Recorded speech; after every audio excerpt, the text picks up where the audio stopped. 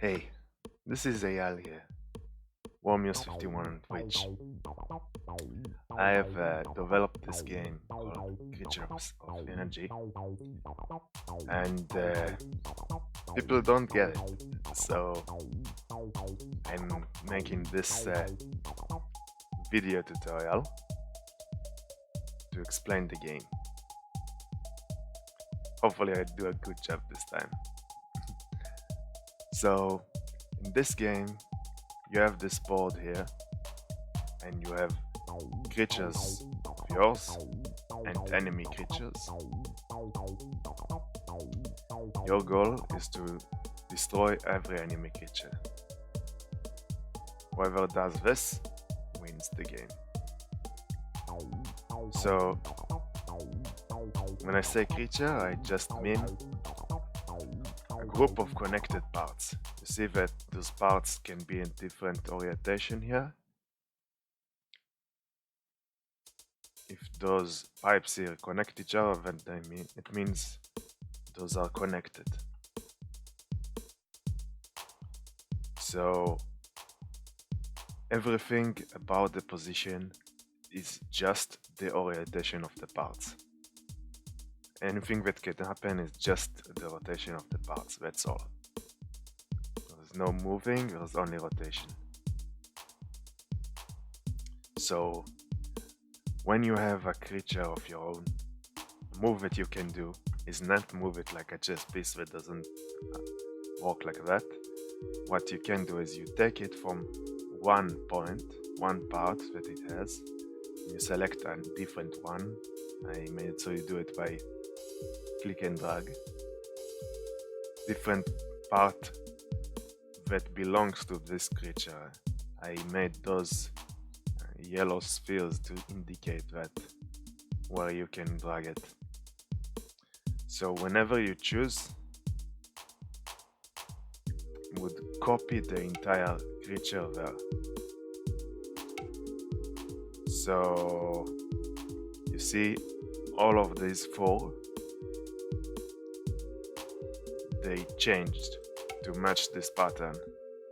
You see this, it's not that this part moved, it's a different part that took its orientation. Okay?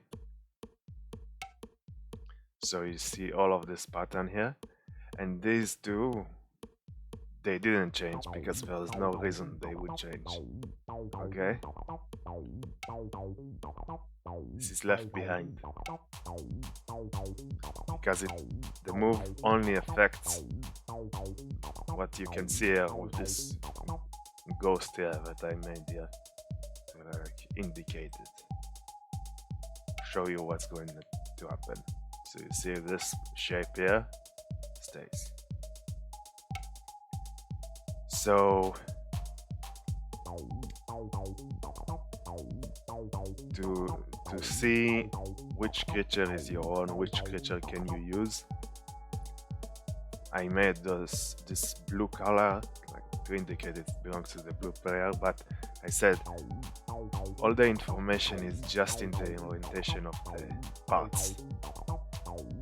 So this pattern here, all of these four together is core of the first player, and it's flipped horizontally, it's still core of the same player. See this pattern here, and if it's flipped vertically, see the open side of this is up, the open side of this is down. So this belongs to the second player. See, not because it's painted in red, because it has this core shape.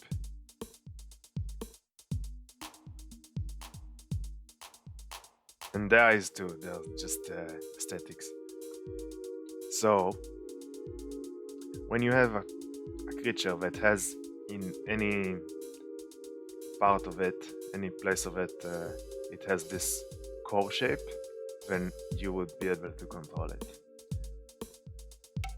This creature here, because creature is just a group of connected parts, So this doesn't have any core, so it's black because neither player can control it. Doesn't have any core.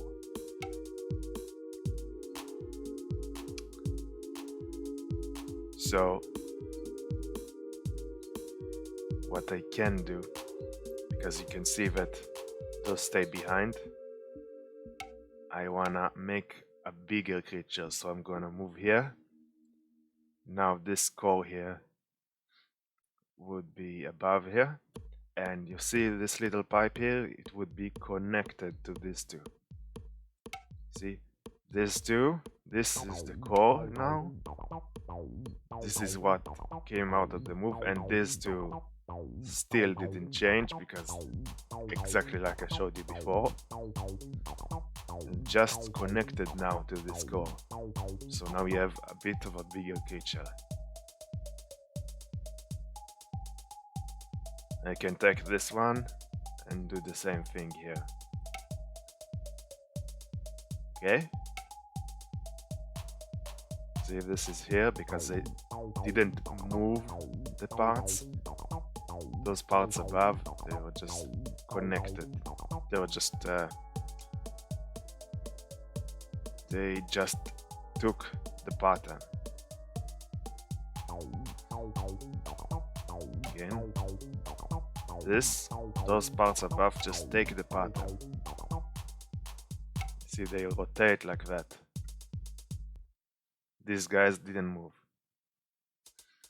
So now I have a bit of a bigger creature, so I can make this tiny move, but then just all of that pattern is copied, and I'm left with these two, which are useless.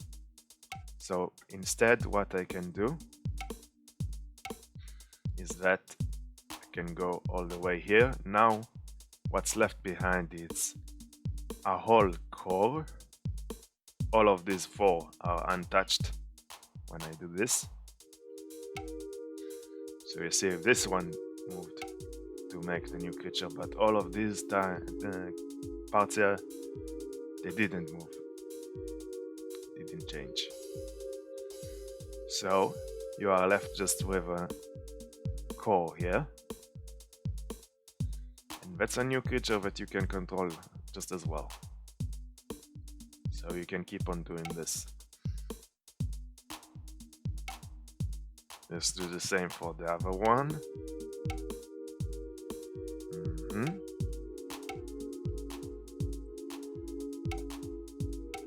Okay, that's a pretty big creature, that's like a medium size.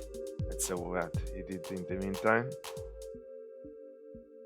Okay, he didn't connect those, just the AI. It's not that smart really, but okay.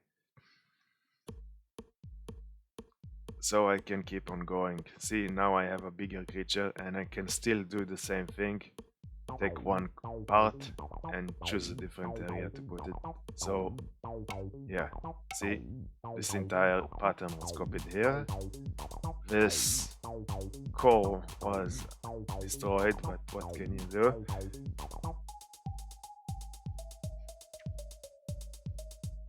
But I'm still left with this. So he's just still going. Let's do this. Okay. So now I want to destroy this guy. So you see this core, this creature here, the core is here in the front. If I make this part just not connected to all of the rest, then it wouldn't have a core. And then all of this thing here, it's still there, but it's not controlled by the enemy anymore because there's no core anymore. See, this is not a special rule of when you destroy the enemy creature and when you don't. No, it just comes from the rule of how you move. So I'm gonna keep on smacking him like that.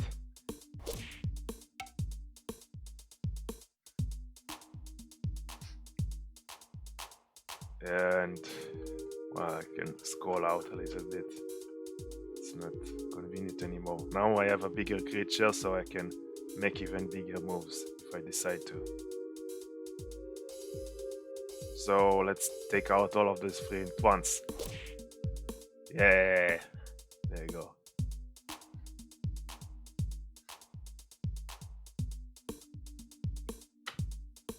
Now maybe another thing I want to show you. Let's make it happen here.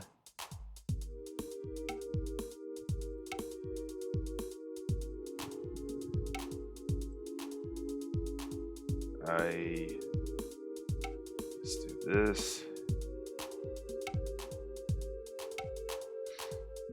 I'm gonna create an enemy core all by myself. It's a really stupid thing to do, but just to see the point. So this creature here, see? I just said, if you have this pattern here, this exactly like this, then the blue player can control it. If you have this pattern here, the core, the red core, then the red player can control it. So this creature, it just has both cores, so both players can control it. So what I'm gonna do now, since I can control it and he can control it, because of the core, then what I can do is just push it down like that, and then the enemy core is gonna be off the edge, like that, see? Just pushed it off the edge. And then I'm left just with this. Yeah, and that's about all there is to it. About 4 rules. So just tell me if you got any of that, if it's clear. And thanks.